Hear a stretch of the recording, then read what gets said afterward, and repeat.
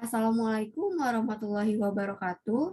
Pada kesempatan kali ini, saya akan mempresentasikan tugas dari strategi dan media pembelajaran dengan dosen pengampu yaitu Dr. Yan Arthur, Magister Pendidikan. Nah, untuk presentasi kali ini berjudul Penerapan Model Pembelajaran Project Based Learning atau PJBL pada salah satu kompetensi dasar mata pelajaran dasar-dasar konstruksi bangunan dan teknik pengukuran tanah. Sebelumnya, perkenalkan nama saya Ina Febrianti dengan NIM 1503620016 dari sesi 1 Mahasiswi Pendidikan Teknik Bangunan Angkatan tahun 2020. Pada pembahasan kali ini terdapat 4 pembahasan. Yang pertama di sini ada pendahuluan, yang kedua analisis kompetensi dasar, yang ketiga model pembelajaran, dan yang terakhir yaitu kesimpulan dan juga referensi. Yang pertama ada pendahuluan.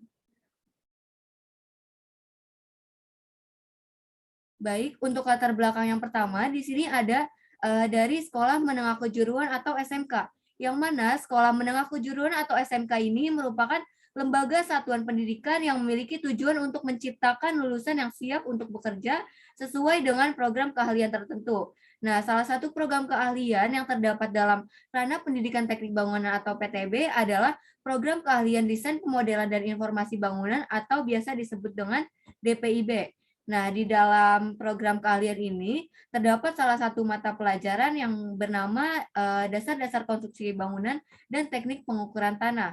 Yang mana dalam mata pelajaran ini mempelajari seputar dasar-dasar konstruksi dalam dunia pembangunan, terkhususnya dalam dunia konstruksi teknik sipil. Baik. Yang kedua, di sini ada analisis dari kompetensi dasar mata pelajaran dasar-dasar konstruksi bangunan dan teknik pengukuran tanah. Baik, dalam analisis mode pembelajaran kali ini yaitu pada bidang keahlian teknik bangunan, kompetensi keahlian desain pemodelan dan informasi bangunan, mata pelajaran dasar-dasar konstruksi bangunan dan teknik pengukuran tanah pada kelas 10 yaitu kompetensi dasar yang diambil yaitu 3.8 dan 4.8 yaitu menerapkan dan melaksanakan prosedur pekerjaan dari konstruksi kayu.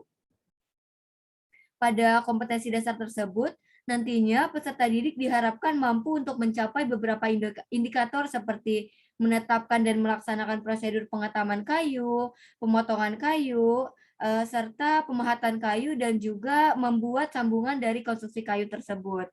Nah, untuk mencapai indikator yang saya sebutkan tadi, dalam hal ini terdapat kegiatan pembelajaran yang harus dilakukan oleh peserta didik. Yang pertama yaitu mengamati dan mengidentifikasi serta merumuskan masalah dari prosedur konstruksi kayu.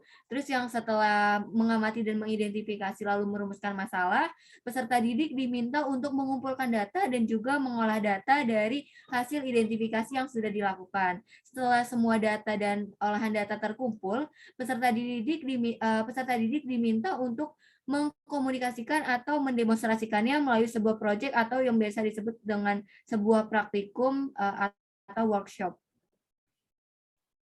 Nah, untuk menunjang kegiatan pembelajaran tersebut, proses pembelajaran ini terdiri dari dua komponen, yang pertama teori dan yang kedua praktek. Untuk teori sendiri, di sini pemberian dan penjelasan materi yang diberikan oleh guru melalui bahan ajar yang sudah disediakan.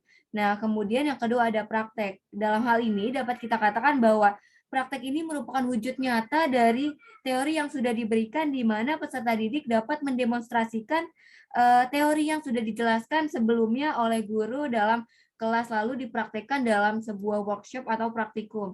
Nah, salah satu bentuk praktek yang dilakukan di sini berupa proyek pembuatan kursi yang dilakukan oleh peserta didik.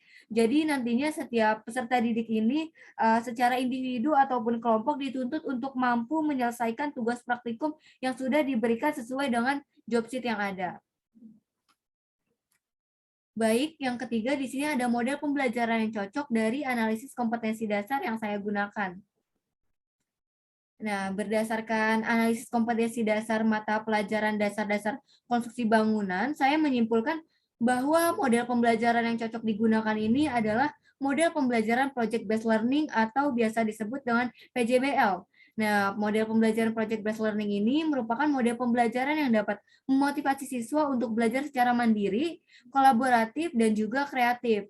Nah, sehingga nantinya hal ini dapat menunjang peserta didik untuk menjadi lebih inovatif dan mampu berpikir kreatif serta memiliki sikap yang kooperatif dalam tim untuk saling membantu. Selain itu, model pembelajaran ini menggunakan sebuah proyek atau kegiatan sebagai media melalui proses inquiry yang mana tadi sebagai contoh yang digunakan itu berupa proyek pembuatan kursi. Nah, model pembelajaran ini diharapkan mampu untuk menciptakan suasana yang nyata dalam proses pembelajaran agar nantinya peserta didik tidak hanya mendapatkan materi saja, tapi mampu memahami materi yang ada dan juga dapat menyampaikannya secara langsung melalui demonstrasi. Dengan menggunakan sistem pembelajaran model project based learning ini, nantinya siswa dapat menjadi aktif dan memicu kreativitas siswa dan inovasi siswa dari aspek pribadi, proses, produk, dan juga lingkungan sekitar. Nah, dalam proses pembelajaran tadi, terdapat analisis pendekatan yang dapat dilakukan. Nah, salah satunya yaitu pendekatan STEM, yang mana dalam proses pembelajaran STEM ini atau pendekatan STEM ini menggabungkan 4 bidang utama yang merupakan kolaborasi dari bidang ilmu yang serasi ya. 4 STEM ini yaitu yang pertama ada sains, yang kedua teknologi, yang ketiga engineering, dan yang terakhir ada matematik.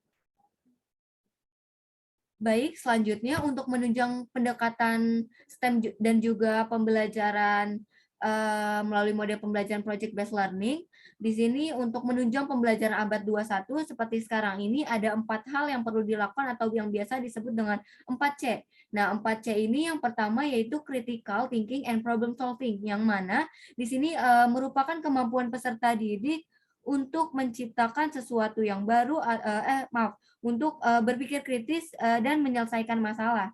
Terus yang kedua ada creativity and innovation, yang mana ini merupakan kemampuan peserta didik untuk menciptakan sesuatu yang baru atau sebuah inovasi baru melalui kreativitas yang dia lakukan.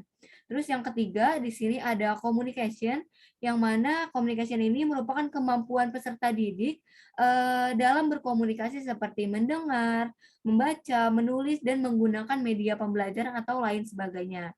Nah, yang terakhir di sini ada collaboration, yang mana collaboration ini merupakan kemampuan peserta didik dalam bekerja sama secara tim ataupun menghargai orang lain dalam tim tersebut. Baik, selanjutnya di sini terdapat langkah-langkah dari Project Based Learning atau PJBL. Nah, di sini terdapat 6 langkah yang perlu dilakukan dalam model pembelajaran ini. Yang pertama, di sini ada penentuan pertanyaan mendasar. Yang kedua, mendesain perencanaan proyek yang akan digunakan, lalu menyusun jadwal proyek, berapa lama proyek itu akan dilaksanakan. Yang keempat, ada memonitor siswa dan kemajuan proyek, jadi sang guru memantau kinerja siswa dan membimbing. Lalu yang kelima, di sini ada menguji hasil proyek yang sudah dilaksanakan melalui job sheet yang sudah ada. Lalu yang terakhir mengevaluasi proyek yang sudah dilaksanakan. Baik, yang keempat di sini ada kesimpulan dan juga referensi.